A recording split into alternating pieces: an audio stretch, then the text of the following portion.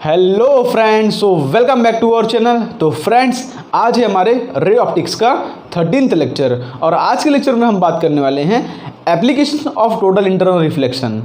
हमने हमारे पिछले लेक्चर में critical angle, total internal reflection, कितने कॉन्सेप्ट होते हैं और कैसे कैसे उसके जे मेंस और जे एडवांस में क्वेश्चंस आते हैं, हमने इसको किया था। तो आज के लेक्चर में हम करने वाले हैं उसका एप्लीकेशन, मीन्स कहाँ कहाँ यूज़ होता है वो। ठीक है, ये बोर्ड पॉइंट ऑफ व्यू से और जे मेंस पॉइंट ऑफ व्यू से इंपॉर्टेंट है, बिकॉज जे मेंस में कभी कभार जो है थियोरेटिकल क्वेश्चंस में जो है डायरेक्टली आ जाता है और बोर्ड में इसके ऊपर डायरेक्टली क्वेश्चंस आते हैं। क्लियर है? तो उसके लिए आज का हमारा लेक्चर बेस्ड है और उसके बाद हम करेंगे super J advance problems on critical angle and total internal reflection. Clear है? तो उसको जरूर से अटेम्प्ट करके जाना। आज के लेक्चर में ही करने वाले हैं 3 जो है जे एडवांस के बेस्ट क्वेश्चन लेके आया हूँ, उसको जो है आप ट्राई करके और समझ के जरूर जाना। ठीक है, आपको बहुत ही मजा आ जाएगा लेक्चर के अंदर। ठीक है, तो कॉन्सेप्ट को नोट डाउन करो, क्वेश्चन साथ उसको पॉज करके ट्राई करो। तो इतने इन्फॉर्मेशन के साथ शुरू करते हैं अपना लेक्चर।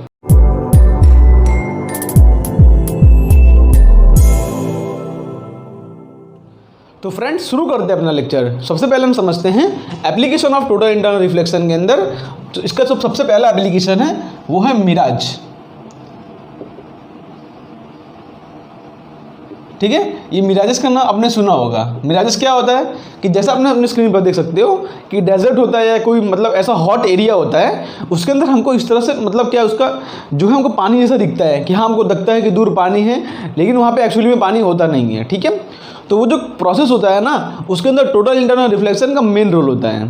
ठीक है, ये आपको जनरली उसी जगह पे दिखेगा जहाँ पे बहुत ही हॉट क्लाइमेट होता है, जैसे कि हो गया डेजर्ट एरिया हो गया, या आपने कोल टार रोड देखा होगा ना, बहुत ही गरम गरम रोड होते हैं। तो हम ड्राइव करते हुए हम जाते हैं तो हमको दूर जो है हमको ऐसा लगता है कि वहाँ पे पानी है।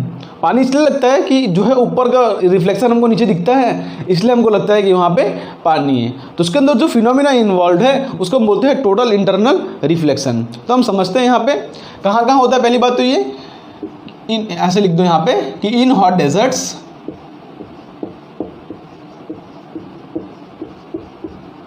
या तो ऐसे लिख दो हॉट कोल टार रोड, मतलब जो डामर का रोड होता है उसके ऊपर भी हमको दिखता है। ठीक है, ठीक है, इन हॉट डेजर्ट और इन क्या बोलते हैं hot coal tar road we get an illusion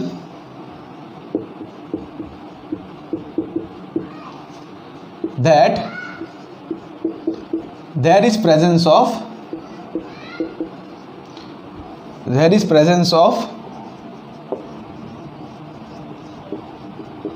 water due to the reflection। ऐसा इसलिए लिख दो क्यों हमको ऐसा क्यों दिखता है हमको, क्योंकि हमको क्या लगता है because presence of water due to the reflection.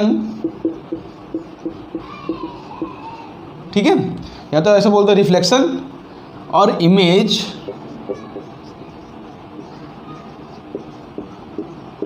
Of the road और ऑब्जेक्ट सीन देयर।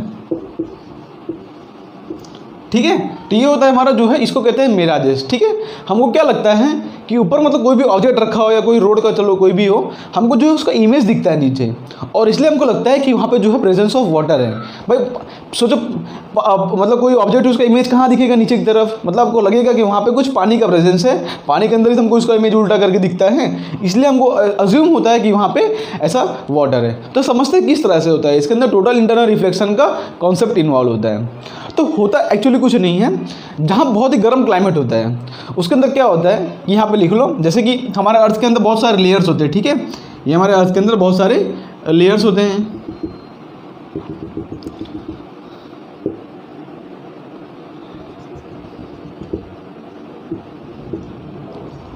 ओके, तो जैसे हम ऊपर से नीचे तक आते हैं लेयर्स के अंदर, यहाँ पे देखो ध्यान से, जैसे हम ऊपर से नीचे लेयर तक आते हैं तो उसके अंदर होता क्या है, उसके अंदर होता है कि जो है रिफ्रैक्टिव इंडेक्स, मतलब जो है यहाँ पे रिफ्रैक्टिव इंडेक्स डिक्रीज करता है। रिफ्रैक्टिव इंडेक्स डिक्रीज करता है। उसका रीज़न क्या है कि जहाँ पे बहुत ही गर्म क्लाइमेट होता है ना, जहाँ पे मतलब टेम्परेचर ज़्यादा होता है, वहाँ पे जो है मतलब एयर की डेंसिटी कम होती है। ठीक है, यहाँ पे लिख लो कि टेम्परेचर जहाँ पे ज़्यादा होता है वहाँ पे एयर की डेंसिटी एयर की डेंसिटी या बोल दो ऑप्टिकल डेंसिटी जो है कम होती है, ठीक है। इसलिए जैसे जैसे नीचे जाते हैं हमको पता है तो नीचे जो है मतलब कि यहाँ पे सबसे हॉट गैसेस प्रेजेंट होती हैं, उसके ऊपर कंपेरेटिवली उससे कम हॉट होती है, उससे कम हॉट होती है, उससे कम होती है। मतलब सबसे हॉट जो गैसेस होती हैं वो एकदम नीचे की तरफ होती हैं, उसके बाद उससे कम हॉट, उससे कम हॉट। मतलब क्या है कि सबसे हॉट वाले नीचे होते हैं, मतलब क्या है कि इसका रिफ्रैक्टिव इंडेक्स सबसे कम होगा, ठीक है। जितना ज़्यादा टेम्परेचर होगा उतना रिफ्रैक्टिव इंडेक्स कम होगा। मतलब जैसे जैसे हम जो है अर्थ के लेयर्स के नीचे नीचे आते जाते हैं वैसे वैसे जो है रिफ्रैक्टिव इंडेक्स डिक्रीज करता जाता है। मतलब मान लो ये कोई मीडियम है, ये मीडियम है, तो ये वाला जो मीडियम है ना, मान लो ये फर्स्ट है, ये सेकंड है, तो फर्स्ट जो है सेकंड के कंपैरिजन में ज़्यादा डेंसर होगा। मतलब फर्स्ट ज़्यादा डेंसर होगा, उससे कम डेंसर ये, उससे कम डेंसर ये, उससे कम डेंसर ये, उससे कम डेंसर ये, ठीक है। इतनी बात समझ गए, इतनी बात समझ गए। यहाँ पे एक और पार्ट लिख सकते हो आप कि टेम्परेचर इंक्रीज करने से रिफ्रैक्टिव इंडेक्स डिक्रीज करता है, ठीक है। कभी बार जो है डायरेक्टली क्वेश्चन आ जाता है तो उसको आप जो है इस तरह से लिख सकते हो। अब देखो कैसे हमको उसका इमेज दिखता है, ठीक है। कोई भी रोड हो या कोई ऑब्जेक्ट हो, कोई भी ट्री हो, तो कैसे हमको इसका इमेज दिखता है। तो मान लो यहाँ पे एक ट्री ड्रॉ करता हूँ, ठीक है। एक इस तरह से ट्री है। अब क्या होता है कि हमको वहाँ पे जो है ट्री का इमेज दिखते से, अब डेजर्ट में जाओगे तो आपको जो है जो कोई कैक्टस का ट्री हो उसका आपको इमेज दिखेगा उसके अंदर, तो इसको आपको लगता है कि वहाँ पानी है। तो इमेज कैसे दिखता है, मान लो यहाँ पे कोई एक रे ऑफ लाइट आ रही है, ठीक है। मान लो यहाँ से कोई एक रे ऑफ लाइट आई, चलो इसको थोड़ा नीचे बना लेता हूँ मैं, ठीक है। मान लो यहाँ से कोई एक रे ऑफ लाइट आई इस तरह से। अब क्या है कि यहाँ पे नॉर्मल बनाएंगे। अब देखो ध्यान से, हमने बताया कि जैसे जैसे हम नीचे जा रहे हैं, ठीक है, जैसे जैसे नीचे जा रहे हैं हम कहाँ जा रहे हैं, मतलब हम डेंसर से रेयर मीडियम में जा रहे हैं। देखो ऊपर का मीडियम डेंस है, उससे कम रेयर है, उससे कम रेयर है। मतलब एक्चुअली में ट्रैवल कहाँ पे कर रहे हैं हम, डेंसर से रेयर में। और आपको पता होता है कि टोटल इंटरनल रिफ्लेक्शन का फिनोमिना डेंसर से रेयर में होता है, ठीक है। यहाँ पे वो कंडीशन भी सेटिस्फाई हो रही है। अब क्या डेंसर से रेयर में जाएंगे हम तो जो है क्या करेगा, bends away from the normal होगा। क्या होगा, bends away from the normal, है ना। मतलब यहाँ पे इस तरह से अगर रे ऑफ लाइट आई इस तरह से तो डेंसर से रेयर में जाएंगे तो bends away from the normal होगा। उसके बाद यहाँ पे पॉइंट पहुँचेगा इस पॉइंट पे, तो देखो ध्यान से, पहले एंगल ऑफ इंसिडेंस इतना था, अब जो है एंगल ऑफ इंसिडेंस बढ़ गया है ना। देखो दूसरे लेयर में जाएंगे तो पहले एंगल ऑफ इंसिडेंस कम था, एंगल ऑफ इंसिडेंस बढ़ गया, तो जो है और थोड़ा और नॉर्मल के दूर जाएगा वो, और थोड़ा नॉर्मल से अभी जाएगा, है कि नहीं। पहले देखो एंगल ऑफ इंसिडेंस कम था तो bend away from the normal, थोड़ा और ज़्यादा हुआ तो थोड़ा और बेंड करेगा, थोड़ा और ज़्यादा हुआ तो थोड़ा और बेंड करेगा, ठीक है। उस हिसाब से अब यहाँ पे और बेंड किया तो और एंगल ऑफ इंसिडेंस बढ़ गया, और एंगल ऑफ इंसिडेंस बढ़ गया तो धीरे धीरे ऐसे बढ़ता जाएगा और एक जो है क्रिटिकल एंगल वाला कंडीशन आ जाएगा। क्रिटिकल एंगल वाला कंडीशन मतलब क्या है कि एंगल ऑफ इंसिडेंस इतना बढ़ जाएगा कि जो एंगल ऑफ रिफ्रैक्शन है वो ऑलमोस्ट इक्वल टू 90 डिग्री हो जाएगा, ठीक है। और उसके बाद जो है यहाँ से उसके बाद टोटल इंटरनल रिफ्लेक्शन शुरू हो जाएगा। उसके बाद यहाँ पे टोटल इंटरनल रिफ्लेक्शन शुरू हो जाएगा। समझ पड़ रहा है कि नहीं। देखो हम अर्थ के लेयर के नीचे जा रहे हैं तो ये डेंसर है, इसके कंपैरिजन में ये डेंसर है, इसके कंपैरिजन में ये डेंसर है, इसके कंपैरिजन में ये डेंसर है। मतलब हम डेंसर से रेयर में ट्रैवल कर रहे हैं हर एक मीडियम में। और जैसे जैसे नीचे जा रहे हैं देखो एंगल ऑफ इंसिडेंस बढ़ता जा रहा है, तो एक समय आ जाएगा क्रिटिकल एंगल वाला कंडीशन। अच्छा, आपने इसको देखने से पहले पिछला वीडियो जरूर देखा होना चाहिए, मैंने यहाँ पे सिखाया था क्रिटिकल एंगल क्या होता है। तो यहाँ पे क्रिटिकल एंगल वाला कंडीशन आ जाएगा। उसके बाद जो है अब टोटल इंटरनल रिफ्लेक्शन शुरू हो जाएगा। उसके बाद रे जो है नीचे नहीं जाके वापस जो है उसी मीडियम में रिफ्लेक्ट बैक कर जाएगी, ठीक है। उसी मीडियम में रे जो है रिफ्लेक्ट बैक कर जाएगी। अब क्या है कि यहाँ पे कोई ऑब्जर्वर खड़ा होगा, अगर यहाँ पे कोई ऑब्जर्वर खड़ा होगा तो ऑब्जर्वर को बताओ इमेज कैसे दिखता है। ऑब्जर्वर को अगर ट्री का इमेज देखना है तो कैसे दिखेगा, तो ऑब्जर्वर के आँख में ये वाली रेस जा रही है, ऑब्जर्वर की आँख में ये वाली रेस आ रही है, तो क्या करेगा इस रे को जो है पीछे एक्सटेंड बैक करेगा, ठीक है। इमेज बनाने के लिए क्या होता है कि ऑब्जर्वर को तो ये रेस दिख रही है ना, देखो यहाँ पे इस तरह से रे इस तरह से गई, ऑब्जर्वर को ये रेस दिखा। अब क्या करेगा इस रे को जो है पीछे एक्सटेंड करेगा, उसका इमेज बनाएगा। तो इस रे को पीछे एक्सटेंड करके वो इसका इमेज जो है यहाँ पे इस तरह से बना देता है, ठीक है। इसका इमेज जो है इस तरह से बना देता है। और हमको क्या लगता है कि यहाँ पे पानी होगा तभी जो है ट्री का रिफ्लेक्शन दिख रहा है, ठीक है। ये होता है जनरली गर्म क्लाइमेट में होता है, गर्म क्लाइमेट से होता है, मतलब जो है ये गर्म हो जाता है, उसकी वजह से क्या है कि रिफ्रैक्टिव इंडेक्स डिक्रीज कर जाता है। और क्या है कि हम डेंसर से रेयर में जाते हैं और क्या होता है कि रे ऑफ लाइट यहाँ पे आती है और क्रिटिकल एंगल का कंडीशन रीच कर जाती है। उसके बाद रे ऑफ लाइट उसी मीडियम में वापस रिफ्लेक्ट बैक कर जाती है, क्लियर है। अब जो है ऑब्जर्वर यहाँ पे खड़ा होगा, उसको जो है रेज ऑफ लाइट यहाँ पे आती हुई दिख रही है, तो उसको पीछे एक्सटेंड करके उसका इमेज बना लेगा, और यहाँ पे हमको इमेज दिखता है, और इसलिए हमको लगता है कि यहाँ पे जो है पानी का प्रेजेंस होगा। ठीक है, ये जो हमारा पहला फिनोमेना होता है application of total internal reflection के अंदर, मिराजेस के अंदर। ये आप रोड पे देख सकते हो और डेजर्ट के अंदर दिखता है। तो होप्स आपको समझ पड़ा होगा, और किस तरह से एग्जाम में आपको लिखना है वो भी समझ पड़ गया होगा। ठीक है, ये सब पॉइंट आप मेंशन कर सकते हो। टेम्परेचर इंक्रीज करने से रिफ्रैक्टिव इंडेक्स डिक्रीज करता है, उसके बाद क्रिटिकल एंगल वाला कंडीशन रीच हो जाता है, उसके बाद जो है टोटल इंटरनल रिफ्लेक्शन हो जाता है और उसी मीडियम में रिफ्लेक्ट बैक कर जाता है और उसका इमेज इस तरह दिखता है, आप उसको मेंशन कर सकते हो। ओके, तो हमारा पहला एप्लीकेशन था, इसको रफ करके करते हैं अपना दूसरा एप्लीकेशन। ये एप्लीकेशन वाला पार्ट इजीली मतलब फिनिश हो जाएगा, उसके बाद हम जे एडवांस के क्वेश्चन लेके आए हैं, उसको जरूर से करके जाना। ठीक है, तो सेकेंड इसका एप्लीकेशन होता है sparkling of diamond. Sparkling of diamond. अब डायमंड जो स्पार्कल करता है, देखते हो आप डायमंड कितना चमकता है, जैसे आप स्क्रीन पर देख सकते हो कि डायमंड देखो किस तरह से चमक रहा है। तो इसके चमकने के पीछे मतलब इतना जो चमकता है उसके पीछे भी हमारा टोटल इंटरनल रिफ्लेक्शन वाला कॉन्सेप्ट होता है। कैसे होता है यहाँ पे थोड़ा बहुत समझते हैं। ठीक है, आप डायमंड को देख रहे हो किस तरह चमक रहा है, तो इसके पीछे भी टोटल इंटरनल रिफ्लेक्शन का ही कॉन्सेप्ट होता है। अब कैसे होता है थोड़ा बहुत यहाँ पे हम लिखते हैं। यहाँ पे लिखो कि refractive index of diamond, refractive index of diamond. अब बोलोगे डायमंड में ही क्यों होता है ये? बिकॉज डायमंड एक ऐसा मटेरियल होता है, डायमंड एक ऐसा मटेरियल होता है जिसका रिफ्रैक्टिव इंडेक्स बहुत ज़्यादा होता है। नहीं तो ये चमकने वाला कॉन्सेप्ट किसी में भी हो सकता था ना, डायमंड में स्पेशली क्यों होता है? बिकॉज डायमंड का मटेरियल है, उसका रिफ्रैक्टिव इंडेक्स बहुत ज़्यादा होता है। ठीक है, उससे क्या फ़र्क पड़ता है अभी देखते हैं। तो refractive index of diamond is very high. ठीक है, विच इज़ मतलब म्यू इक्वल टू 2.4 होता है इसका। आपने देखा, बताओ इतना ज़्यादा रिफ्रैक्टिव इंडेक्स किसी का देखा आपने? वाटर का जो है 1.44 होता है, ग्लास का 1.5, लेकिन डायमंड जो ऐसा मटेरियल है जिसका रिफ्रैक्टिव इंडेक्स 2.4 होता है। ये जनरली बहुत ही हाई वैल्यू होती है। नॉर्मल मटेरियल के जो है रिफ्रैक्टिव इंडेक्स 2 से कम ही होते हैं, 1.5 1.4 इसके आसपास ही घूमते रहते हैं, लेकिन डायमंड जो है उसका रिफ्रैक्टिव इंडेक्स 2.4 है। ठीक है, अब रिफ्रैक्टिव इंडेक्स के कॉरस्पॉन्डिंग हम जो है अपना क्रिटिकल एंगल ढूंढ सकते हैं। तो यहाँ पे क्या होता है, साइन सी का फॉर्मूला हमको पता है, साइन सी का फॉर्मूला हमको पता है 1/μ। ठीक है, ये फॉर्मूला हमको पता है, तो सी इक्वल टू हम लिख सकते हैं ना साइन इनवर्स ऑफ 1/μ। तो 1/μ करके ये म्यू की वैल्यू यहाँ पुट करके हम जो है क्रिटिकल एंगल ढूंढ सकते हैं, हम जो है क्रिटिकल एंगल ढूंढ सकते हैं। तो इसको आप कैलकुलेट करोगे इसका क्रिटिकल एंगल, तो ध्यान से देखो इसका रिफ्रैक्टिव इंडेक्स 2.4 है, तो डायमंड का जो क्रिटिकल एंगल आता है ना, यहाँ पे लिख लो the critical angle of diamond is 24 degree. 24 degree diamond का क्रिटिकल एंगल जो है बहुत ही कम होता है। ठीक है, the critical angle diamond is very less, ऐसे लिख दो, very less which is 24 degree. मतलब क्या बोलते हैं, अगर रिफ्रैक्टिव इंडेक्स ज़्यादा होगा डेफिनेटली जो है क्रिटिकल एंगल कम होगा। तो अब क्रिटिकल एंगल कम होने से और जो है चमकने से मतलब आपस में क्या लेना देना है?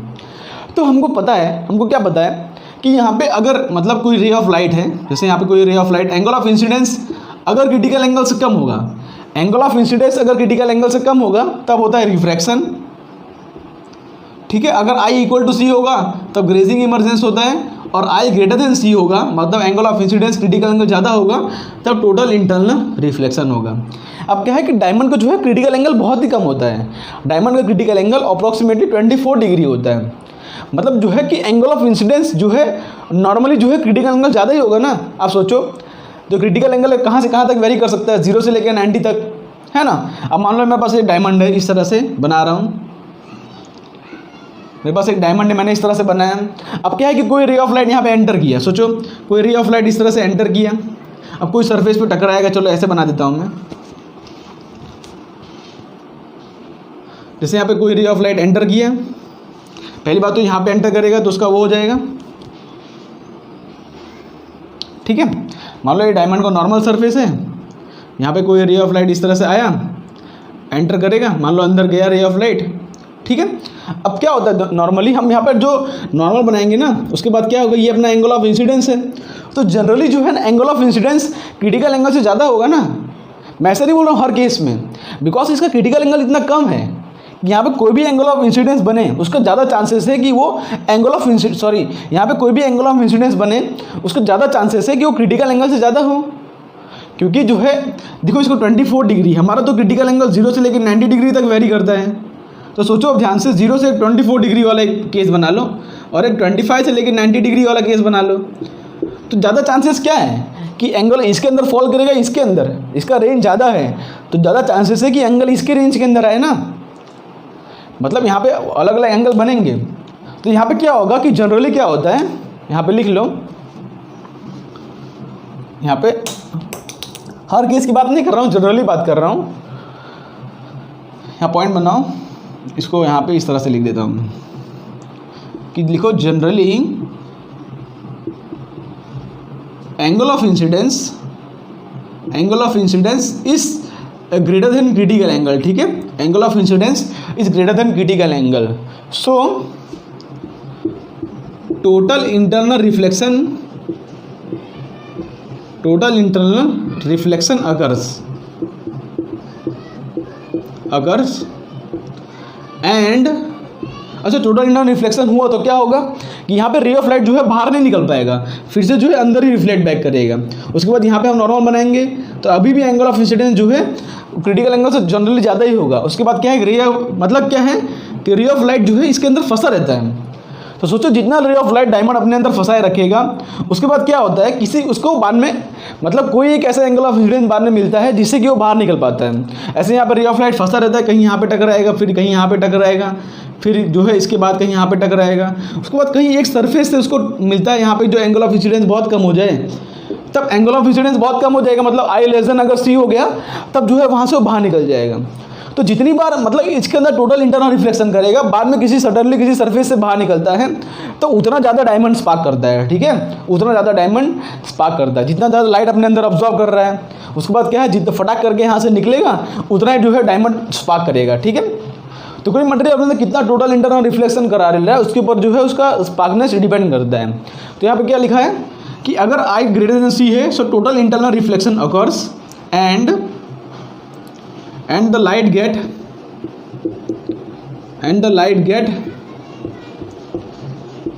trapped inside the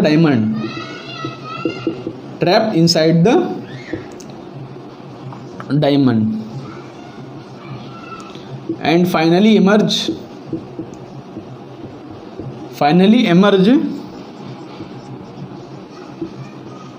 from the surface with a spark। ठीक है, तो डायमंड का जो स्पार्क करने का मतलब रीज़न है वो टोटल इंटरनल रिफ्लेक्शन होता है। कितने लोग को ऐसा लगता है कि डायमंड जो है रिफ्लेक्शन करता होगा इसलिए जो है उसमें स्पार्क होगा, तो डायमंड के अंदर रिफ्लेक्शन तो होता ही नहीं है, इसके अंदर टोटल इंटरनल रिफ्लेक्शन होता है और उसी की वजह से हमको जो है इसका स्पार्कनेस दिखता है। ठीक है, तो बोर्ड में क्वेश्चन आया तो क्या लिखोगे आप कि डायमंड का रिफ्रैक्टिव इंडेक्स ज़्यादा होता है, उसके वजह से उसका क्रिटिकल एंगल बहुत ही कम होता है। अब क्रिटिकल एंगल बहुत ही कम होने से ज़्यादा चांसेस होता है टोटल इंटरनल रिफ्लेक्शन। अब टोटल इंटरनल रिफ्लेक्शन के ज़्यादा चांसेस की वजह से रे ऑफ लाइट जो है वो डायमंड के अंदर ट्रैप्ड हो जाता है और बाद में किसी एक सरफेस से निकलता है जो कि विथ स्पार्क निकलता है। ठीक है, जितना लाइट ट्रैप होगा उतना ज़्यादा स्पार्कनेस से वो बाहर निकलेगा और इसलिए जो है डायमंड के अंदर हमको स्पार्क दिखता है। ठीक है, तो ये भी कौन सा एप्लीकेशन है, टोटल इंटरनल रिफ्लेक्शन का। तो होप्स आपको ये समझ पड़ा होगा। अब आगे बढ़ते हैं थर्ड एप्लीकेशन का और सबसे इंपॉर्टेंट एप्लीकेशन जो कि होता है optical fibre. Third and the most important application optical fibre का। ठीक है, इसको ध्यान से समझ लो बिकॉज बहुत ही इंपॉर्टेंट है, इसके बेस पे क्वेश्चंस आते हैं। ठीक है, जेईई मेंस में भी क्वेश्चन आते हैं, एडवांस में भी आते हैं। तो ऑप्टिकल फाइबर का एप्लीकेशन समझ लो।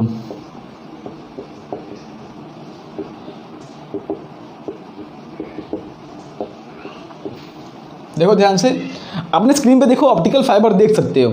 इस तरह से बहुत सारे पतले पतले जो है फाइबर्स होते हैं और क्या है इसके अंदर जो है लाइट एनर्जी ट्रैवल करती है। ठीक है, ऑप्टिकल फाइबर के अंदर क्या होता है कि लाइट एनर्जी मतलब जो लाइट जो है इसके अंदर ट्रैवल करती है। क्लियर है। तो ऑप्टिकल फाइबर के बहुत सारे एप्लीकेशंस होते हैं। तो पहले तो हम समझते हैं कि भाई इसके अंदर किस तरह से लाइट ट्रैवल करती है और कैसे इसके अंदर टोटल इंटरनल रिफ्लेक्शन वाला कॉन्सेप्ट होता है, और लास्ट में इसका यूजेस भी देखेंगे कि ऑप्टिकल फाइबर का यूज़ क्या होता है। क्लियर है। तो सबसे पहले हम समझते हैं, देखो ध्यान से, आप अपने स्क्रीन पर आप ऑप्टिकल फाइबर का स्ट्रक्चर देख सकते हो।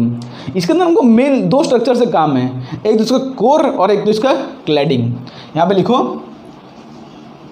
उसके बाद ऊपर के जो स्ट्रक्चर्स है ना, वो तो सिर्फ कवरिंग के लिए होते हैं। मेनली इसके अंदर हमको 2 चीज़ से काम है, एक तो कोर और एक क्लैडिंग। ठीक है।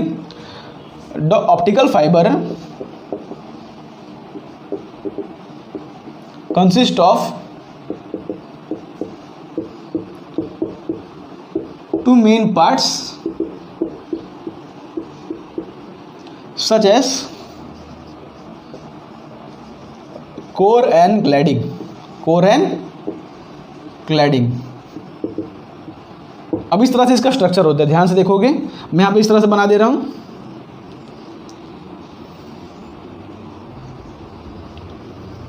ठीक है, थोड़ा बड़ा करके दिखा रहा हूँ, बाकी बहुत ही पतला स्ट्रिप होता है, लेकिन यहाँ पे सिर्फ एक्सप्लेनेशन के लिए थोड़ा बड़ा बना दे रहा हूँ मैं। अब क्या होता है डायमंड का, ये जो पार्ट है अंदर वाला पार्ट, इसको हम बोलते हैं कोर, और यहाँ पे ये जो ये वाला पार्ट है ना, जिसको मैं इस तरह से रिप्रेजेंट कर रहा हूँ, इसको हम बोलते हैं क्लैडिंग।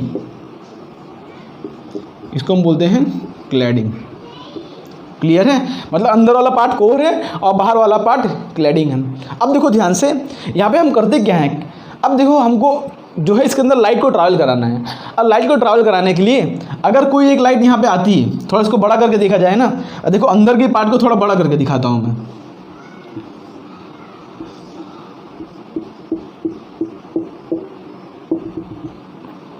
ठीक है, इसी पार्ट को जो है मैं थोड़ा सा बड़ा करके दिखा रहा हूँ यहाँ पे।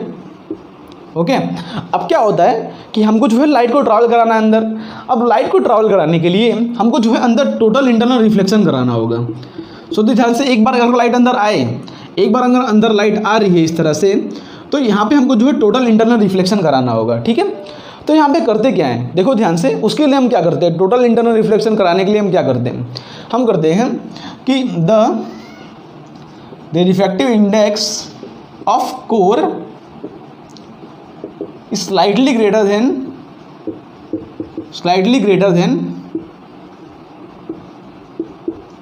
cladding। यहाँ पे कोर और क्लैडिंग दोनों जो है, मतलब दोनों जो है ग्लास के बने होते हैं, लेकिन जो है कोर का रिफ्रैक्टिव इंडेक्स दोनों अलग अलग टाइप के ग्लास से होते हैं। ठीक है। तो कोर का refractive index as comparison to cladding थोड़ा ज़्यादा होता है। मतलब refractive index of core is greater than refractive index of cladding. इससे क्या होगा बताओ, इसका रिफ्रैक्टिव इंडेक्स ज़्यादा है, इसका रिफ्रैक्टिव इंडेक्स कम है। इसका मतलब क्या है कि रे ऑफ लाइट पहली बात तो ऑप्टिकली रेयर से लेके ऑप्टिकली डेंसर में जाएगी। तो टोटल इंटरनल रिफ्लेक्शन का पहला कंडीशन सेटिस्फाई हो गया कि रे ऑफ लाइट डेंसर से रेयर में जाए ना। ये कोर है, इसका रिफ्रैक्टिव इंडेक्स ज़्यादा है और इसका रिफ्रैक्टिव इंडेक्स कम है। मतलब क्या है कि रे ऑफ लाइट डेंसर से रेयर मीडियम में जाएगी। ठीक है। मतलब क्या है, टोटल इंटरनल रिफ्लेक्शन के लिए पहला कंडीशन सेटिस्फाई हो गया। अब क्या है कि हमको इसके अंदर एंगल ऑफ इंसिडेंस भी सेट करना पड़ेगा इस तरह से, जिससे कि क्रिटिकल एंगल ज़्यादा है। तो हम जो रे ऑफ लाइट जब पहले एंटर करवाते हैं ना, तो कुछ इस तरह से एंगल ऑफ इंसिडेंस भेजते हैं, जिससे कि यहाँ पे जो एंगल बन रहा है ये वाला, ये एंगल आई जो बन रहा है, कुछ इस एंगल पे हम इसको भेजते हैं कि यहाँ पे जो एंगल आई बन रहा है ये always greater than critical angle होगा। ठीक है। Always greater than critical angle होगा। हमको सिर्फ एक ही बार सेट करना है, उसके बाद अंदर तो अपने आप मेंटेन कर लेगा। हमको सिर्फ बाहर एक बार सेट करना है कि यहाँ पे जो आई बन रहा है, I should be greater than critical angle. उसके बाद एक बार अगर सेट हो गया, उसके बाद तो यहाँ पे जाएगा, तो यहाँ पे नॉर्मल बनेगा, तो ये आई है तो उसके कॉरस्पॉन्डिंग ये भी आई होगा। ठीक है। हमको सिर्फ एक ही बार सेट करना है। एक बार हमने आई ग्रेटर देन सी कर दिया, तो ये आई है तो ये भी आई, मतलब क्या है कि ये आई भी क्रिटिकल एंगल ज़्यादा होगा। तो अगर आई क्रिटिकल एंगल ज़्यादा होगा तो अंदर जो है टोटल इंटरनल रिफ्लेक्शन इस तरह से होता रहेगा, और इस तरह से लाइट जो है मतलब जहाँ तक उसको ट्रैवल करना होगा ट्रैवल करती रहेगी, बाहर कभी निकल नहीं पाएगी। ठीक है, समझ पड़ रहा है कि नहीं। हम यहाँ पर इस तरह से थीटा सेट करेंगे जिससे कि एंगल ऑफ इंसिडेंस जो है हमेशा क्रिटिकल एंगल से ज़्यादा हो, और क्रिटिकल एंगल ज़्यादा होगा मतलब क्या है कि यहाँ टोटल इंटरनल रिफ्लेक्शन होगा।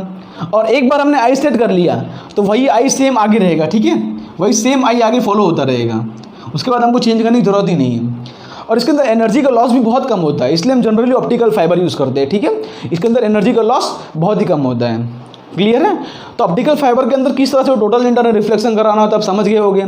हम करते क्या है, हम क्लैडिंग का जो है रिफ्रैक्टिव इंडेक्स कंपैरिजन कोर के थोड़ा सा कम रखते हैं, ठीक है, इसका रिफ्ट कम होता है, तो रे ऑफ लाइट डेंसर से रेयर में जाती है। इतनी बात समझ गए। अब क्या होता है कि इस तरह से हम थीटा सेट करते हैं जिससे कि एंगल ऑफ इंसिडेंस हमेशा क्रिटिकल एंगल से ज़्यादा हो, तो यहाँ पे टोटल इंटरनल रिफ्लेक्शन होता रहता है। इसको इसलिए यूज़ करते हैं बिकॉज इसके अंदर एनर्जी का लॉस जीरो होता है, बिकॉज यहाँ पे टोटली पूरी लाइट रिफ्लेक्ट करती है, 0% ऑब्जर्वेशन होता है, ठीक है, तो पूरा लाइट ऑब्जर्व करता है। और आजकल टेलीकम्युनिकेशन में बैंड मतलब फ्रीक्वेंसी में सब जगह जो है ये ऑप्टिकल फाइबर का यूज़ होता है। ओके, समझ गए ना आप। मेडिकल के अंदर भी इसका यूज़ होता है, यहाँ पे स्टमक हमको पेट सबके अंदर इसका एप्लीकेशन होता है। लेकिन किस तरह से इसका वर्किंग होता है आप समझ गए ना, इस तरह से इसका वर्किंग होता है। दो यहाँ पे मीडियम होते हैं। ओके, तो यहाँ पे थोड़ा बहुत लिखते हैं उसके बारे में क्या होता है। तो हमने यहाँ पर refractive index of core is greater than refractive index of cladding, उसके बाद पी सेट, हाँ यहाँ पे लिखो कि the ray of light enters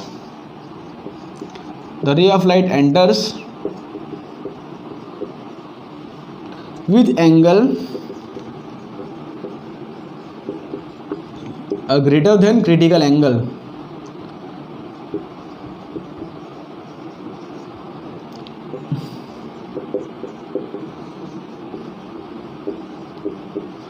ठीक है, अब यहाँ पे क्या है, इसका ज़्यादा है, इसकी वजह से टोटल इंटरनल रिफ्लेक्शन होता है। So total internal reflection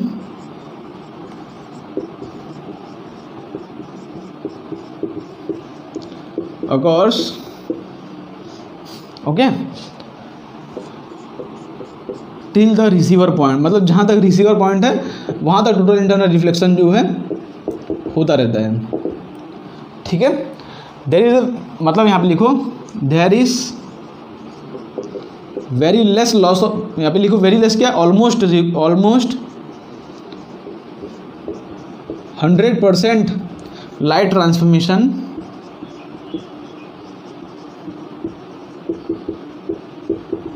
with no loss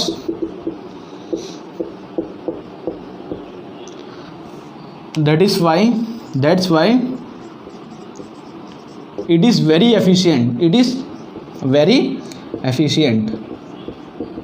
समझ गए। इसका मेन वर्किंग यही होता है, आप इसका मेन वर्क इसी तरह से आप समझाना है आपको एग्जाम के अंदर कि इसका रिफ्रैक्टिव इंडेक्स कम, क्रिटिकल एंगल से ज़्यादा एंगल, उसकी वजह से रिफ्लेक्शन होता रहता है। ओके, ये तो इसका हो गया मतलब किस तरह से इसका वर्किंग है। अब जो है इसके 2-3 एप्लीकेशन देख लेते हैं कि भाई कहाँ कहाँ यूज़ होता है।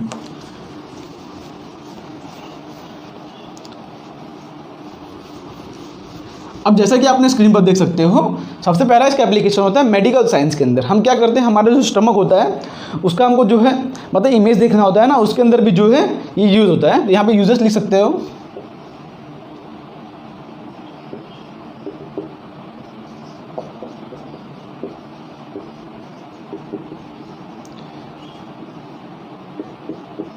इन मेडिकल पर्पजेस, ठीक है, for cardiography,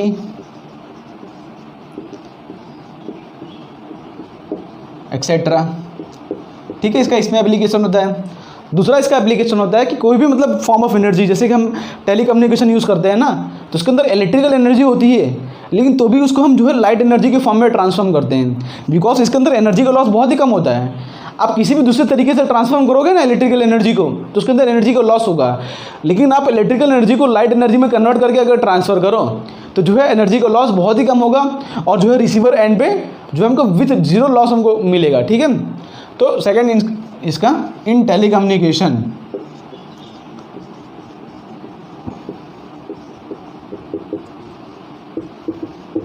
for transferring electrical energy. ठीक है, हम करते क्या है, हम इलेक्ट्रिकल एनर्जी को पहले लाइट एनर्जी में कन्वर्ट कर लेते हैं। हम क्या करते हैं, इलेक्ट्रिकल एनर्जी को हम जो है लाइट एनर्जी में कन्वर्ट कर लेते हैं। ठीक है। कन्वर्ट कैसे करते हैं हम, एक इंस्ट्रूमेंट होता है जिसको हम बोलते हैं ट्रांसड्यूसर, जिसको हम बोलते हैं ट्रांसड्यूसर। तो ट्रांसड्यूसर की मदद से हम इलेक्ट्रिकल एनर्जी को लाइट एनर्जी में कन्वर्ट कर लेते हैं, और उसके बाद जो है ऑप्टिकल फाइबर की मदद से जो है टोटल इंटरनल रिफ्लेक्शन करा के हम लाइट जो है यहाँ तक पहुँचा देते हैं। उसके बाद फिर से हम जो है लाइट एनर्जी को ट्रांसड्यूसर की मदद से जो है इलेक्ट्रिकल एनर्जी में यहाँ पे लाइट एनर्जी आई, हम उसको जो है फिर से ट्रांसड्यूसर की मदद से इलेक्ट्रिकल एनर्जी में कन्वर्ट कर लेते हैं। ठीक है, और उसके बाद जो है हम उसको रिसीवर तक पहुंचा देते हैं। तो यही इसका एप्लीकेशन होता है।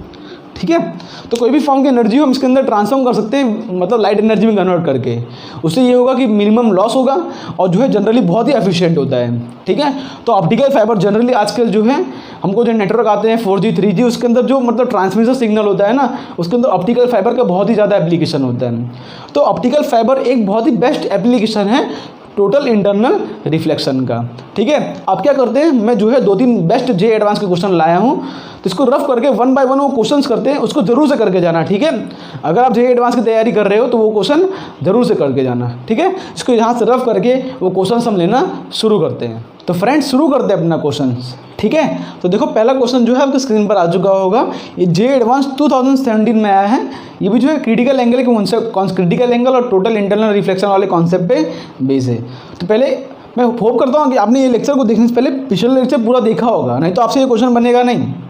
या तो आपको ये कॉन्सेप्ट एकदम परफेक्टली क्लियर हो, और या तो आपने पिछले लेक्चर पूरा देखा हो, तभी ये क्वेश्चन बनने का थोड़ा बहुत चांसेस है। ठीक है, क्वेश्चन तो ईजी है, लेकिन कॉन्सेप्ट का एप्लीकेशन करने से पहले आपको पिछले लेक्चर जरूर से देखा हुआ होना चाहिए। ओके, तो क्वेश्चन को पॉज करके एक बार ट्राई कर लो। मैं इसको सॉल्यूशन करना शुरू करता हूँ। तो क्वेश्चन रीड करो, क्या लिखा है कि monochromatic light is travelling in a medium of refractive index n = 1.6।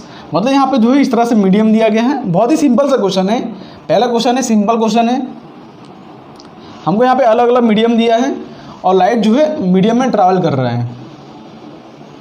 ठीक है, मतलब लाइट जो है इस मीडियम में ऐसा आया, यहाँ पे थीटा एंगल पे आया। उसके बाद जो है क्या है कि यहाँ पे n मीडियम है और यहाँ पे n माइनस डेल्टा n है। ठीक है, n माइनस यहाँ पे n माइनस 2 डेल्टा n है। क्लियर है, इस तरह से जो है मतलब क्या है कि इसके मतलब ये रिफ्रैक्टिव इंडेक्स थोड़ा कम है इससे। ठीक है, डेल्टा n की वैल्यू हमको कितनी दी गई है, और डेल्टा n की वैल्यू हमको दी गई है 0.1। ठीक है, n की वैल्यू हमको दी है 1.6। मतलब क्या है कि 0.1 से रिफ्रैक्टिव इंडेक्स कम होता जा रहा है। ओके, मतलब हम डेंसर से रेयर मीडियम में जाते जा रहे हैं। यहाँ पे कुछ डेंसर से रेयर में अवे फ्रॉम द नॉर्मल और अवे फ्रॉम द नॉर्मल, ऐसे करते करते यहाँ पे n माइनस जो m डेल्टा n लेयर पे है ना, क्या लिखा है देखो ध्यान से कि रे ऑफ लाइट यहाँ पे थीटा = 30 डिग्री पे स्ट्राइक कर रही है। चलो वो लिखा गया है। The interfaces of the glass layer are parallel to each other. Okay, the refractive index of different decreasing with n - o। ठीक है, क्या लिखा है यहाँ पे कि the refractive index of the nth slab and delta n = 1, the rays refracted out parallel to the interface between m-1 and mth slab. मतलब यहाँ पे मान लो m-1 स्लैब है, ये हमारा m-1 स्लैब, ये हमारा mth स्लैब। तो यहाँ पे इसके बाद क्या हो रहा है कि रे ऑफ लाइट यहाँ पे आई और इस तरह से रे ऑफ लाइट पैरेलल हो गई। ठीक है, रे ऑफ लाइट यहाँ पे आके पैरेलल हो गए। मतलब क्या है कि यहाँ पे आके रे ऑफ लाइट का क्रिटिकल एंगल रीच हो गया होगा, तभी रे ऑफ लाइट पैरेलल हुई होगी। और पैरेलल हुई होगी मतलब क्या है कि यहाँ पे जो एंगल ऑफ रिफ्रैक्शन हो जाएगा वो 90 डिग्री हो जाएगा। क्लियर है, मतलब mth स्लैब के अंदर एंगल ऑफ रिफ्रैक्शन क्या आ जाएगा, 90 डिग्री हो जाएगा। क्लियर है, तो पूछा है the value of m, integer type question के अंदर m की वैल्यू पूछी है। तो किस तरह से क्वेश्चन को प्रोसीड करेंगे, देखो यहाँ पे ध्यान से। क्वेश्चन को प्रोसीड करने के लिए 2 चीज पता होना चाहिए आपको। सबसे पहली बात तो स्नेल्स लॉ क्या कहता है। स्नेल्स लॉ कहता है कि n sin थीटा, या तो n sin theta is always constant है ना, हम लिखते थे ना n1 sin theta 1 = n2 sin theta 2। मतलब क्या है कि n sin थीटा हमेशा कांस्टेंट होता है। आप किसी भी 2 सरफेस को कंपेयर कर सकते हो। मैंने आपको लिखवाया था फॉर्मूला इस तरह से कि n1 sin theta 1 = n2 sin theta 2 = n3 sin theta 3। जितने भी सरफेस हो उतने। अब चाहो तो इसको कंपेयर कर सकते हो, इसको और लास्ट वाले कंपेयर कर सकते हो। तो किसी भी 2 मीडियम को आप कंपेयर कर सकते हो। ठीक है, तो स्नेल्स लॉ ये कहता है कि n sin थीटा हमेशा कांस्टेंट होता है। अब हमको ढूंढना है कि mth लेयर होगा क्या, nth लेयर होगा क्या, और nth लेयर का रिफ्रैक्टिव इंडेक्स क्या है, n minus M delta n। nth layer का रिफ्रैक्टिव इंडेक्स क्या है, n minus M into delta n। तो m की वैल्यू हमको ढूंढनी है, तो किस तरह से प्रोसीड करेंगे हम जो है इस मीडियम को और फाइनल nth मीडियम को कंपेयर करेंगे। हम क्या लिखेंगे यहाँ पे, इसका n, ये हमारा n मीडियम है, ठीक है, तो लिखेंगे n into sine theta 1 equal to, ये मीडियम कौन सा है, ये मीडियम mth मीडियम है ना, mth मीडियम, और उसका रिफ्रैक्टिव इंडेक्स क्या है, n minus M delta n into sine theta 2। इस तरह से लिखेंगे हम। n की वैल्यू क्या है 1.6 और साइन 30 इसकी वैल्यू क्या है, साइन 30 वैल्यू हो जाएगी 1/2 इक्वल टू n की वैल्यू क्या है 1.6 माइनस m की वैल्यू हमको ढूंढनी है, डेल्टा n की वैल्यू क्या है 0.1 और साइन थीटा 2, यहाँ पे तो r इक्वल टू 90 हो गया, ये तो 1 हो जाएगा, ठीक है, और यहाँ पे ये कैंसिल हो गया, 0.8 आ रहा है और 1.6 माइनस करेंगे तो minus 0.8 equal to minus m into 0.1, minus minus cancel, point से पॉइंट हट गया, मतलब यहाँ पे m की जो वैल्यू आ गई ना वो इक्वल टू 8 आ गया।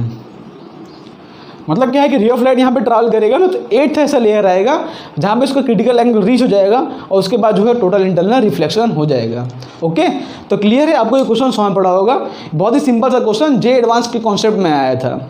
जे एडवांस के पॉइंट ऑफ व्यू से तो क्वेश्चन बहुत ही सिंपल है। अगर आपने क्रिटिकल एंगल का क्वेश्चन मतलब क्रिटिकल एंगल वाले कॉन्सेप्ट पढ़े होंगे तो ईजिली आपसे ये क्वेश्चन बन जाएगा। ठीक है, अब इसको रफ करके अब हम करते हैं अपना सुपर जे एडवांस प्रॉब्लम, जो कि आया था जे एडवांस 2015 में, जो कि पैसेज टाइप क्वेश्चन है, जिसके अंदर 2 क्वेश्चन है। ठीक है, पैसेज टाइप क्वेश्चन है, मतलब पैसेज टाइप क्वेश्चन में क्या होता है कि पहले पैसेज को हमको रीड करना होता है और उसके बाद जो है उसके बेस पे क्वेश्चंस होते हैं उसको हमको सॉल्व करना होता है। ठीक है, तो सबसे पहले तो आप पैसेज रीड करो, पैसेज है क्या।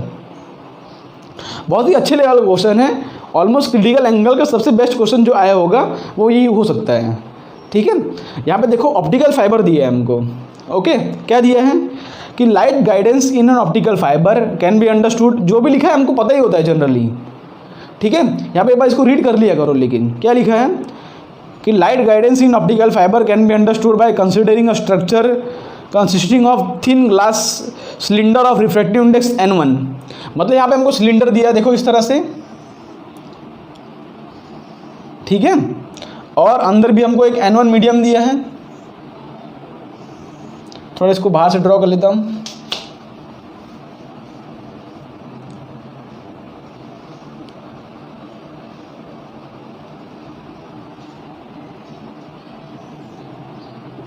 ओके, इस तरह से हमको दिया गया है और यहाँ पे इस तरह से ड्रॉ किया है। ये हमको फिगर भी दिया था एग्जाम के अंदर। ये एंगल ऑफ इंसिडेंस है, ये हमारा n1 मीडियम है और ये हमारा n2 मीडियम। मैंने बताया था ना आपको, कोर और क्लैडिंग होता है, 2 अलग अलग मीडियम का होता है। ठीक है, तो यहाँ पे n1 मीडियम, यहाँ पे n2 मीडियम। ओके, फिर रे ऑफ लाइट यहाँ पे इस तरह से आगे स्ट्राइक किया और यहाँ पे बना हमारा एंगल थीटा। ओके, और यहाँ बोला गया है कि हमको n1 ग्रेटर देन n2 है। वो तो हमको पता ही होता है कि ये मीडियम से बड़ा होगा, मतलब रिफ्रैक्टिव इंडेक्स। अच्छा, बोला क्या गया है, ठीक है चलो। The light guidance in the structure take place due to successive total internal reflection. चलो ये तो हमको पता है। फिर यहाँ पे देखो क्या लिखा है, all rays with angle of incidence I less than a particular value I M. ठीक है, ये क्वेश्चन समझने से पहले आपको क्रिटिकल एंगल और सारे कॉन्सेप्ट क्लियर होने चाहिए। क्या लिखा है कि ऑल रेस मतलब आई से कम वाले जितने वैल्यूज हैं उसके मतलब उसके अंदर जितने रेस आ रहे हैं यहाँ पे वो इसके अंदर कन्फाइंड है, मतलब उसकी वजह से यहाँ पे टोटल इंटरनल रिफ्लेक्शन हो रहा है। ठीक है ना, क्या लिखा है कि all rays with angle of incidence I less than a particular value I M. मतलब आई एम से लेस देन जितनी वैल्यू आई की होंगी, आई एम से जितनी वैल्यू आई की लेस, आई एम मतलब मैक्सिमम वैल्यू है, उससे कम जितनी वैल्यू है वो जितने रेज है ना, वो जितने एंगल वाले जितने रेज हैं वो इसके अंदर कन्फाइंड है। ठीक है, उसके बाद आई एम के बाद जो है वो रेज इसके अंदर कन्फाइंड नहीं होंगे। क्लियर है, ये क्वेश्चन के अंदर बोला है। The numerical aperture N A और the structure is defined as sine m. मतलब यहाँ पे इन्होंने टर्म डिफाइन कर दिया जिसको एन ए बोल रहे हैं इन लोग। एन ए की वैल्यू क्या बोल रहे हैं इन लोग, साइन आई एम है। एन ए वैल्यू क्या बोल रहे हैं इन लोग, साइन आई एम है। बहुत ही अच्छा क्वेश्चन है। पहले इतने पार्ट आप समझे क्या लिखा है क्वेश्चन के अंदर। अब जो थियरी में दिया वो समझे कि यहाँ पे बाहर एक इंसिडेंट एंगल है, थीटा बना रहा है। यहाँ पे आई एम से कम वाली जितनी वैल्यूज हैं इसके अंदर कन्फाइंड है।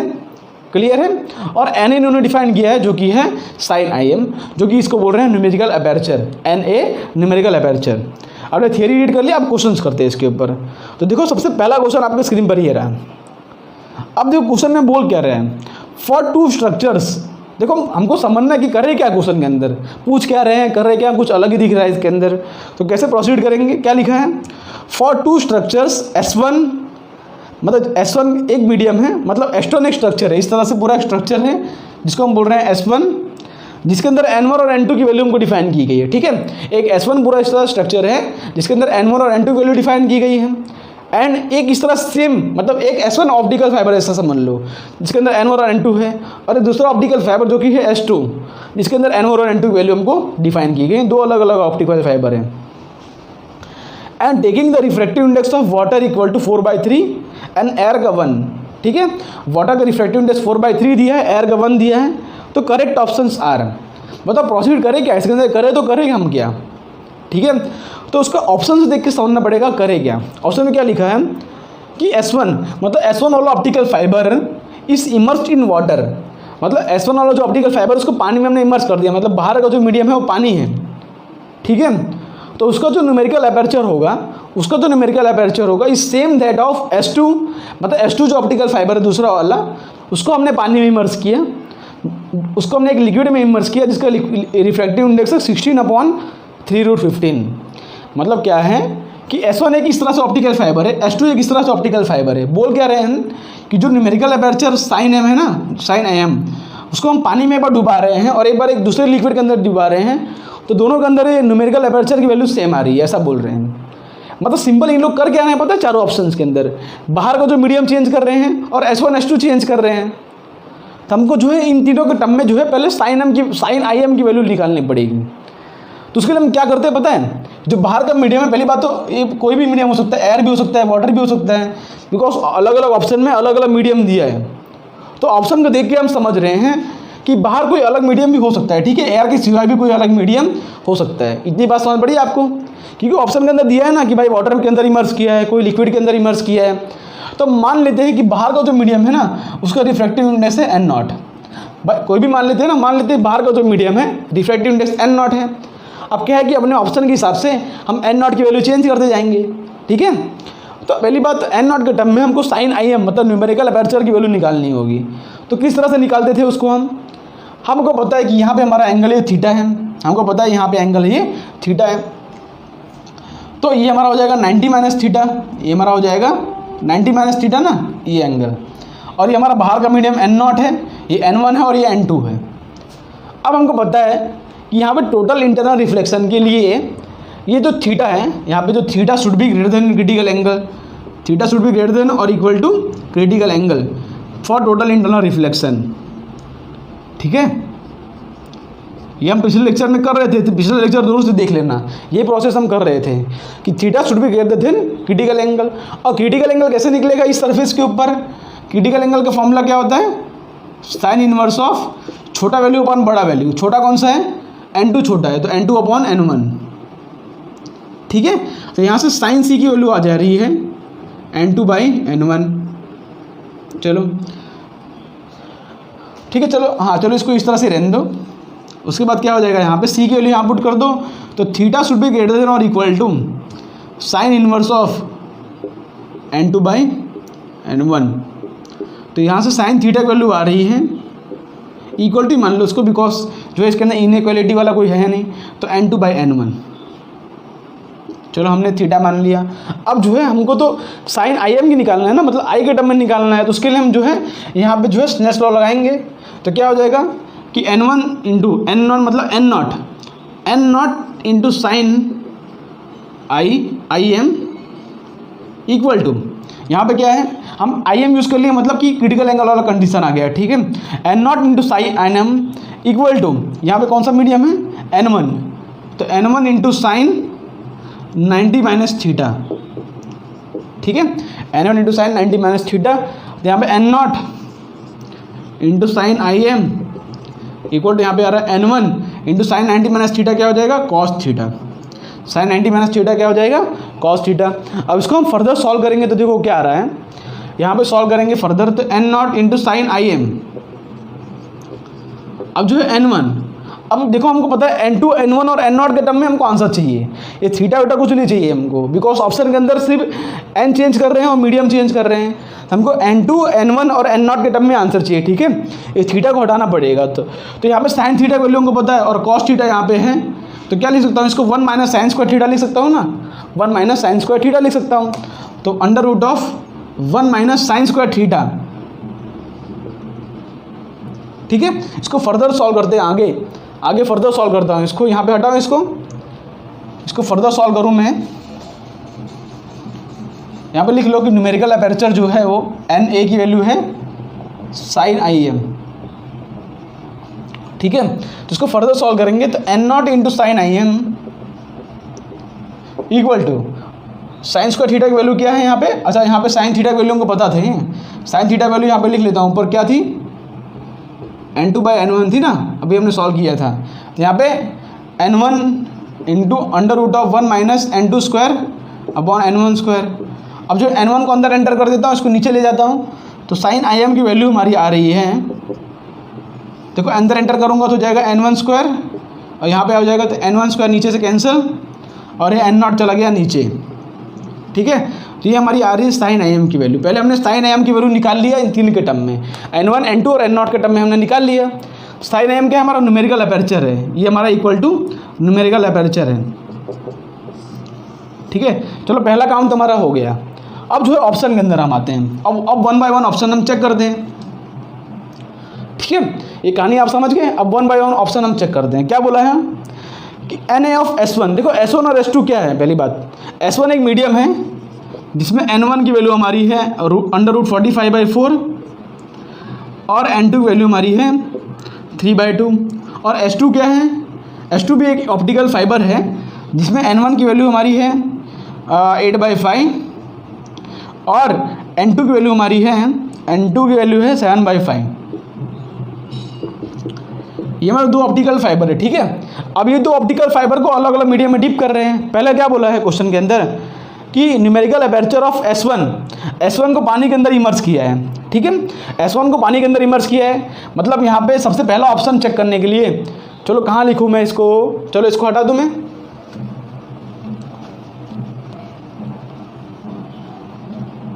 ठीक है। और ये फॉर्मूला को मैं ऊपर लिख देता हूँ,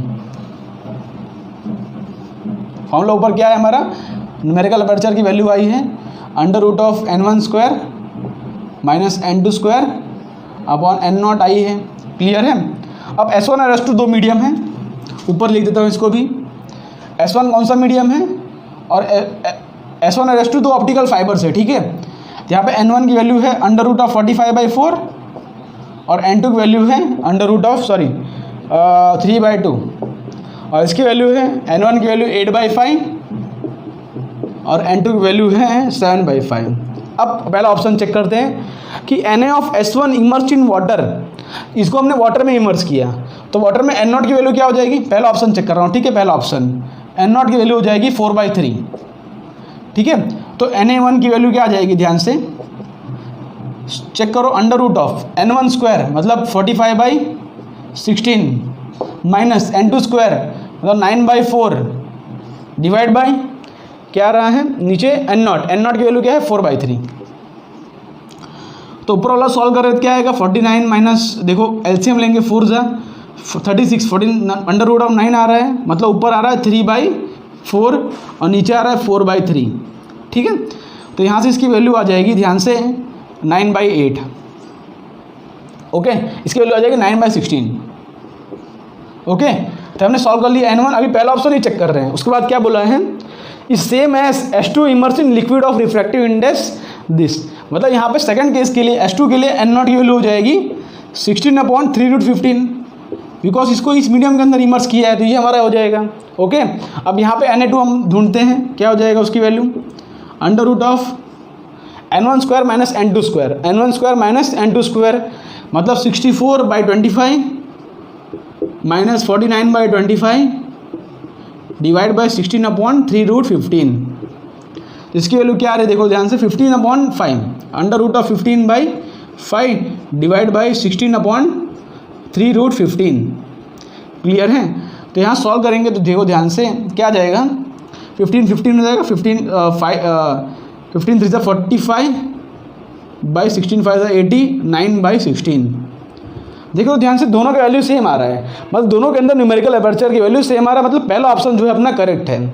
इसी हिसाब से आपको सारे ऑप्शन चेक करने हैं। हमने पहला ऑप्शन चेक किया ना, इस हिसाब से आपको सारे ऑप्शन चेक करने हैं। यहाँ पर हम इतना यूज़ कर सकते हैं कि भाई हमको पता है कि जब भी S1 मीडियम की बात करेंगे ना, तभी हम n1² माइनस n2² की वैल्यू ये यूज़ कर लेंगे, और जब भी S2 मीडियम की बात करेंगे तभी हम n1² माइनस n2² की वैल्यू ये यूज़ कर लेंगे। ठीक है, ये बार बार कैलकुलेशन नहीं करेंगे हम। ओके, अब हम सेकंड ऑप्शन चेक करते हैं। पहला ऑप्शन तो करेक्ट है, उसी हिसाब से सेकंड ऑप्शन चेक करते हैं। ठीक है, इसको यहाँ से रफ कर दूँ मैं। 3/4 और √15/5 याद रखना। ठीक है, 3/4 और √15/4 याद रखना। चलो, दूसरा ऑप्शन है S1 को एक लिक्विड के अंदर इमर्स किया, मतलब यहाँ पे आप सेकंड ऑप्शन चेक कर रहा हूँ, जिसके लिए Na1 ढूंढ रहा हूँ, जिसकी n0 की वैल्यू हमको दी है 6/√15।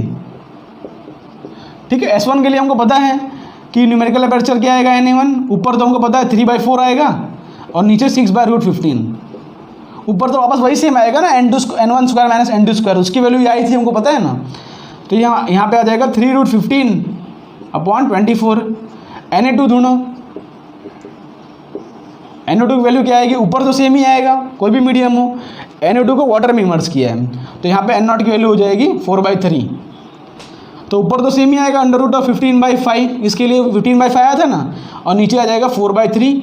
यहाँ से आ जाएगा 3√15/20। देखो ध्यान से दोनों अलग अलग है, बिकॉज डिनोमिनेटर अलग अलग है। ठीक है, तो सेकंड ऑप्शन अपना गलत है, सेकंड ऑप्शन में सेम नहीं है।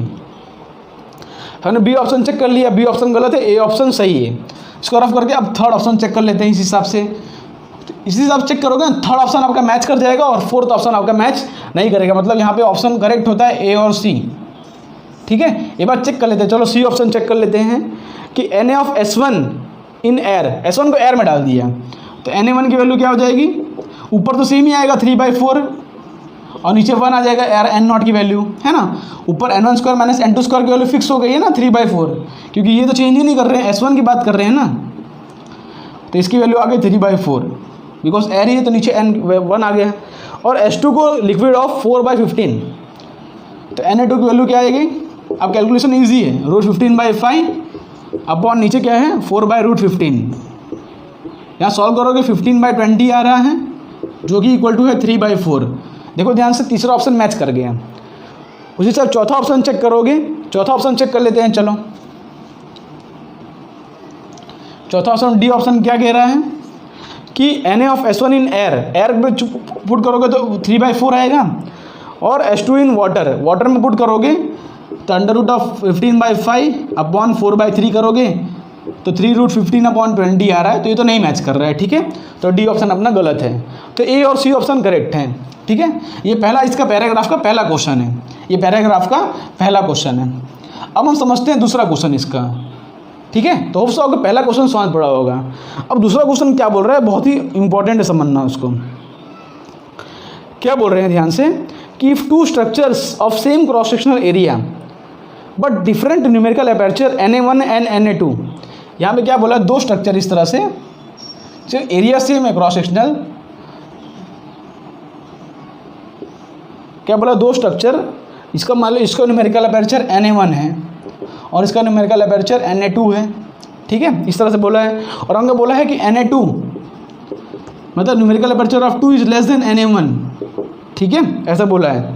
और joint longitudinally the numerical aperture of the combined structure is, मतलब पूरे स्ट्रक्चर का कंबाइंड न्यूमेरिकल एपर्चर होगा क्या।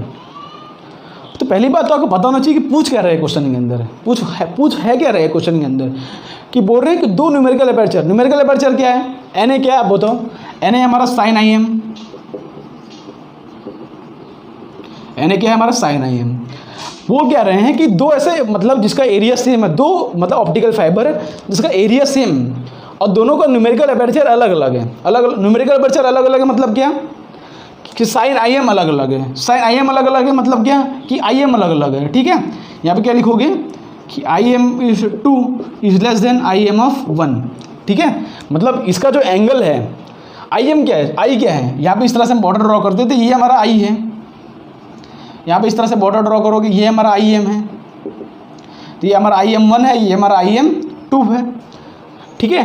तो इसका जो IM है इसके कंपैरिजन में कम है, ऐसा बोला है क्वेश्चन के अंदर, ठीक है। ये आपको समझा रहा हूँ, बहुत ही इंपॉर्टेंट कॉन्सेप्ट है। इसका जो IM है मतलब इसका जो एंगल है, मतलब इसका एंगल मतलब क्या, एंगल है मतलब क्या, मतलब क्या है कि साइन है हमने क्या डिफाइन किया था, आप देखो फिर से रीड करो, हमने थियरी में रीड किया था ना।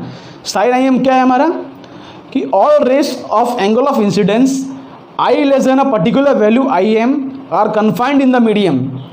मतलब IM से लेस वाली जितनी वैल्यूज है ना वो इस मीडियम के अंदर कन्फाइंड है, ठीक है। तो बोल क्या रहे हैं कि यहाँ पे दो स्ट्रक्चर हमें ड्रॉ कर दिया जिसका अलग अलग IM है, मतलब अलग अलग मतलब एंगल पे उसकी वैल्यू यहाँ पे अंदर जो है मतलब कन्फाइंड हो रही हैं। तो दोनों को अगर ज्वाइन कर देंगे तो टोटल मतलब नेट क्या आ जाएगा, मतलब नेट क्या होगा। तो आप खुद समझो, देखो बहुत अच्छे से समझा रहा हूँ इसको, आप खुद समझो कि यहाँ पे कहाँ गया ये रहा कि इसका जो है नेट का आंसर क्या आएगा।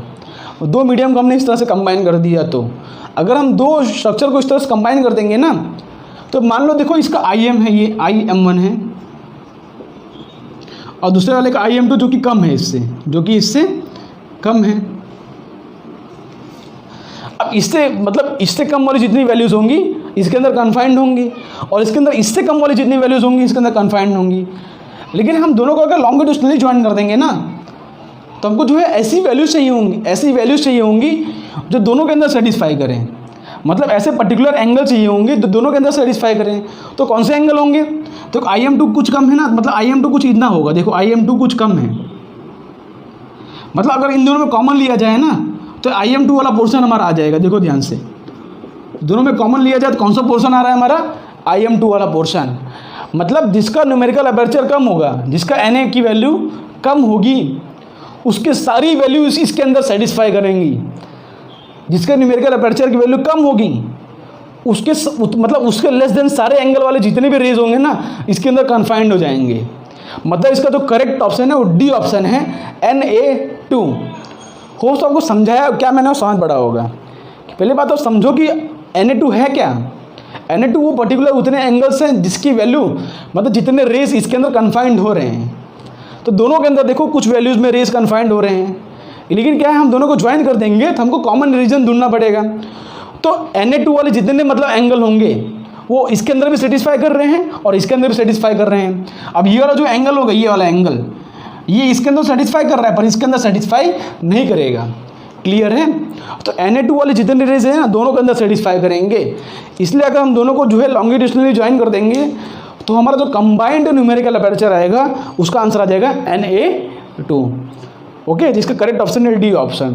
तो होप सो ये क्वेश्चन जो है ये क्वेश्चन जो है 2015 में आया था और ये क्वेश्चन बहुत से बच्चे लोग नहीं कर पाए थे बिकॉज ये कॉन्सेप्ट को जो है समझना बहुत ही मतलब एक बार में आपको थोड़ा टफ लगेगा, लेकिन आप कॉन्सेप्चुअली आप क्लियर होगे तो आपको जो है पूरा कॉन्सेप्ट इजीली समझ पड़ जाएगा।